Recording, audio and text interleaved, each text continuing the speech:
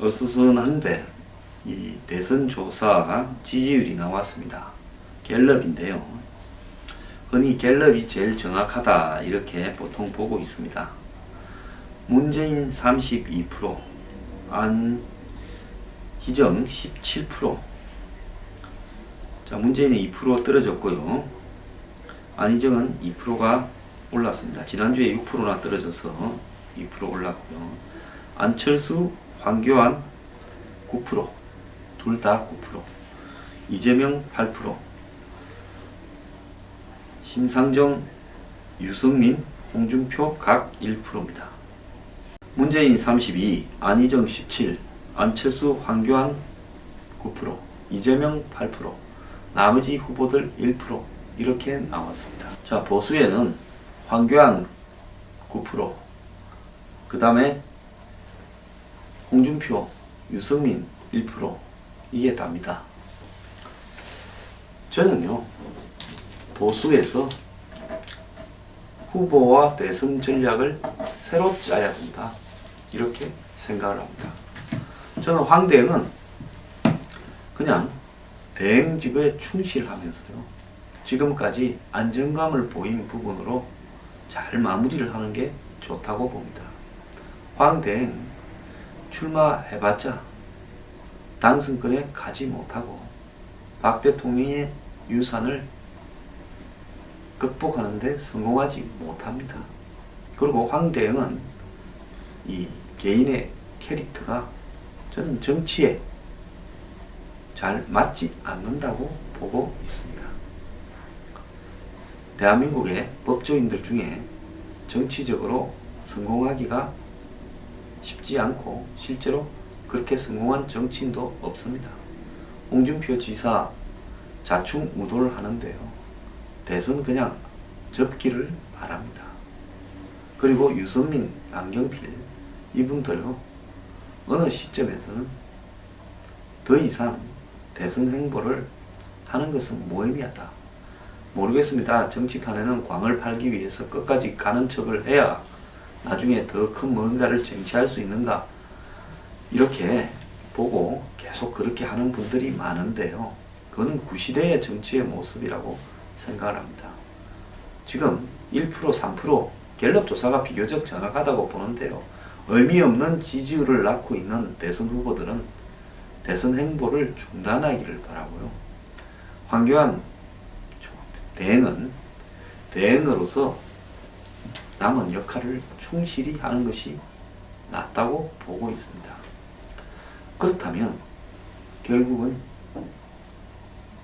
이 대선 구도를 보수가 어떻게 짜야 되는가. 그래서 저는 안 될 사람들이 후보라고 하면서 가는 꼴도 웃었거니와 자유한국당은 사실상 후보를 안 내는 것이 저는 답이라고 생각을 합니다.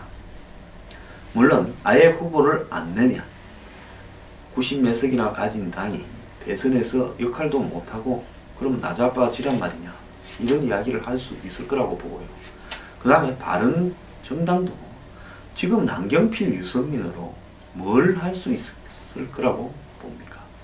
결국은 바른 정당과 자유한국당이 지금 박근혜 탄핵 사태까지 이르게 된 이 부분에 대해서 다시 한번 국민들 앞에 대호각성해서 반성을 한다고 하고, 그 다음에 이번 대선에는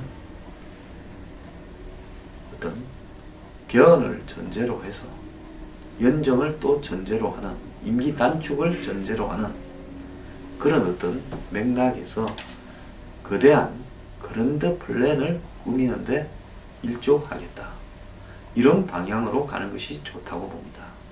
어차피 보수에서 국회의원이만 해도 130명 가까이 있는데 이 당 저 당 합치면 여기 대선에서 그냥 맹놓고 우리는 이번에 후보 안 되겠다는 정당의 역할은 아닙니다. 하지만 그 되지도 않을 후보들을 놓고 그걸 가지고 뭘 하겠다라고 시간을 끌는 것은 저는 제약이라고 생각을 합니다.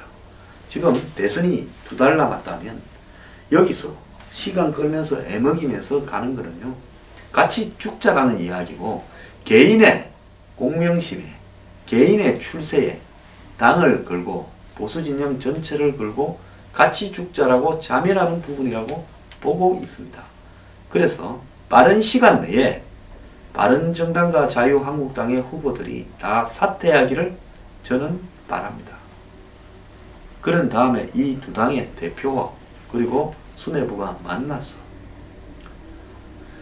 이번 대선에서 안보동맹이라는 기치하, 그 다음에 자기들이 저지른 원죄가 있지 않습니까? 정경유착이라는 부분에 대한 철저한 청산을 하고, 그 다음에 국가가 지금 이 시대에서 국민이 원하는 과제들을 실천하기 위해서 협치를 하겠다. 그래서 국가를 위해서 이제는 이 자기 당에서 되지도 않을 후보 내어서 대선판을 어지럽히지 말고요, 건전한 새로운 개혁적인 보수, 안보를 튼튼히 하고 경제를 철저하게 개혁하고 부패를 척결할 수 있는 이런 어떤 토대를 만들어서 당분간 뜻을 같이 할 수 있는 세력들을 끌어내서 그들과 더불어서 연정을 할 수 있는 그런 후보를 외부에서 찾겠다라고 하는 것이 저는 좋다고 봅니다. 바른정당과 자유한국당의 당적을 가진 후보가 나와서 이번 대선에서 소기의 성과를 올린다는 것은 저는 불가능하다고 판단을 합니다. 왜냐하면 이 두 정당이 원래 새누리당은 하나의 뿌리였고, 이 두 정당은 아무리 부정을 한다 하더라도 박근혜 정권의 탄핵에 이르게 된 원죄에서 그 책임을 면할 수 없는 정당들입니다. 그래서 지금 국민들이 이 두 정당 출신들이 아무리 대선 후보라고 떠들고 다녀도 인정을 안 하는 사태가 벌어졌다는 겁니다. 그렇다면 겸허하게 자신들이 실제로 원했던 부분이지 않습니까? 경과 연정과 임기 단축 등을 내어걸고 이제는 안보 하나 지키고 반성의 의미에서 철저한 경제개혁과 경제민주화와 정경유착, 부패 척결을 하겠다라고 다짐을 하고 그런 부분에 뜻을 같이 하는 후보를 이렇게 열어서 개방을 해야 된다고 보고요. 정치적인 성격이 보다 개혁적이고 중도에 가까운 사람을 영입을 해서 같이 연대 전선에 세워야 된다고 보고 있습니다. 자, 일부 태극기를 든 사람들이 민다고 해서 그 사람들이 보수의 전부인 것처럼 착각해서도 안 된다고 저는 보고 있습니다. 그들은요, 그들만의 삶에 갇혀있는 사람입니다. 유럽의 극우나 우파들처럼 대중의 다양한 정치 변화에 대한 욕구, 기득권 청산에 대한 호응을 하는 그러한 극우도 못되고 그러한 파퓰리즘도 못되는 사람들이 오늘날 한마디로 대한민국의 강경 보수를 자처하는 사람들입니다. 그 단상에 수만 명이 몰린 데서 올라가서 연설을 하니까 마치 그들이 적극적으로 지지해서 뭔가 될 것 같지요. 뭐가 됩니까? 아무것도 안 됩니다. 불과 10% 가지고 최대한으로 15%를 가지고 뭘 하겠습니까? 그냥 수구 꼴통 정당으로 가서 죽자라는 것밖에 더 되겠습니까? 제가 냉정하게 좀 이야기하겠습니다. 찬물 먹고 정신 차리기 바랍니다. 그 단상에 섰던 사람들요, 앞으로 국회의원 해먹기도 어려울 거라고 보고 있습니다. 그분들이 자기들끼리 당을 만들든 어떻게 하든 그건 그렇게 하라고 하고요. 큰 흐름은 그렇게 가서는 안 된다라는 겁니다. 오히려 그렇게 가고 싶은 사람 한 열댓 명을 드러내버리는 게 방법이라고 봅니다. 자유한국당은요. 자, 그래서 바른정당 자유한국당 후보 내지 마라.